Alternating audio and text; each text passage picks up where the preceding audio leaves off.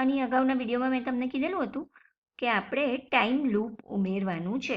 Duplicate કી આપણે ઉમેરી દીધી, ડુપ્લિકેટ કી ફ્રેમ તમારી ચોપડીના પાના નંબર 53 સુધી આગળના વિડીયોમાં આવી ગયું હતું. ઓકે, હવે આપણે 53માં પાના પર નીચે આપેલું છે એ પ્રમાણે આપણે શું કરવાનું છે, એક ટાઈમ લૂપ ઉમેરવાનું છે રાઈટ ક્લિક કરીને. ઓકે, તો સર્કલનું આઉટલાઈન લેયર છે એના પર આપણે શું કરવાનું છે, બરાબર જોજો, રાઈટ ક્લિક કરવાનું છે. ઓકે, આપણે રાઈટ ક્લિક કરી દઈશું અહીંયા આગળ.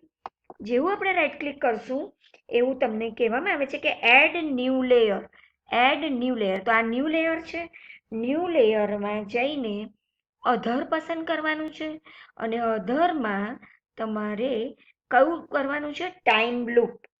મળ્યું તમને? દરેકને જોઈ લેજો, ટાઈમ લૂપ. બરાબર છે?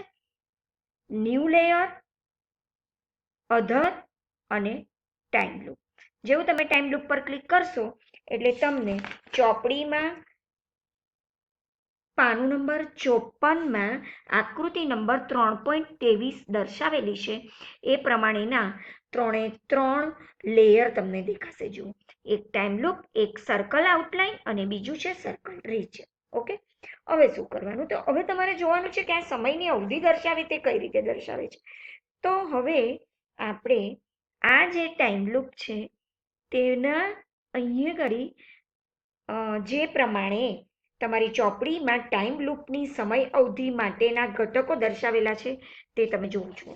મેં ફર્સ્ટ ઓપ્શન પર ક્લિક કર્યું એટલે મને જુઓ ઝેડ, પછી link time, local time, duration બધું દેખાય છે. ઓકે, હવે અહીંયા ઘડી ડ્યુરેશન પર ક્લિક કરવાનું છે અને 1s ની જગ્યાએ શું કરી દેવાનું છે, 2s કરી દેવાનું છે. 2s કરી શકાશે, 3s કરી શકાશે, 5s કરી શકાશે.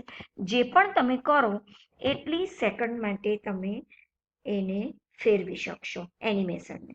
ઓકે, હવે આપણે અહીંયા ઘડી આપણે 5 સેકન્ડ કરી અને એન્ટર કી પ્રેસ કરી દીધી. અગત્યની વસ્તુ શું કરવાની છે તે જુઓ. હવે અહીંયા ઘડી એડિટમાં જઈને, પ્રોપર્ટીઝમાં જઈને, અહીંયા ટાઈમમાં જઈને અહીંયા 5s છે તેની જગ્યાએ તમારી ચોપડીમાં લખેલું છે 10 સેકન્ડ કરવાનું. ઓકે, પ્રોપર્ટીઝ વિન્ડોમાં અંત બદલીને 10 સેકન્ડ કરવાનો છે, જે આપણે 10 સેકન્ડ કરી દીધો. બરાબર, ઓકે કરી દીધું. પ્રોપર્ટી વિન્ડો એટલે ક્યાં આવે, એડિટમાં આવે. થઈ ગયું. હવે આપણે શું કરવાનું, તો હવે આપણે એને ફાઇલમાં જઈને રેન્ડર કરવાનું અને ફાઇલમાં જઈને પ્રિવ્યૂ જોવાનો છે. પ્રિવ્યૂ જોતી વખતે પ્રિવ્યૂ પર ક્લિક કરીને તમે પ્લે બટન પર ક્લિક કરશો. અહીંયા તમને 10 સેકન્ડ દેખાય છે. ઓકે, હવે આપણે પ્લે કરશું તો જુઓ, ડુપ્લિકેટને લીધે દડો તો પાછો એની એ જગ્યાએ આવશે, પ્લસ પાછું તમારું જુઓ એનિમેશન તમારું ચાલ્યા જ કરે છે. જુઓ છે ને, પહેલાં એક જ વાર માટે ચાલતું હતું, હવે કેટલી વાર ચાલ્યું, 2 સેકન્ડ. અહીંયા ઘડી 5 સેકન્ડ લખેલું હતું એટલે એટલા માટે ચાલ્યું, અને 10 સેકન્ડ તમે સમય આપેલો છે એટલે 10 સેકન્ડ થશે. 10 સેકન્ડ માટે એનિમેશન તમારું ચાલશે. ઓકે, ખ્યાલ આવી ગયો દરેકને? તો આની સાથે આપણું ત્રીજા ચેપ્ટરમાં જેટલા પણ પ્રેક્ટિકલ આવતા હતા એ બધા પ્રેક્ટિકલ મેં તમને વિડીયો દ્વારા બતાવી દીધા છે. ઓકે, તો હવે બીજા ચેપ્ટરના વિડીયો સાથે મળીએ. ત્યાં સુધી બાય બાય, ટેક કેર.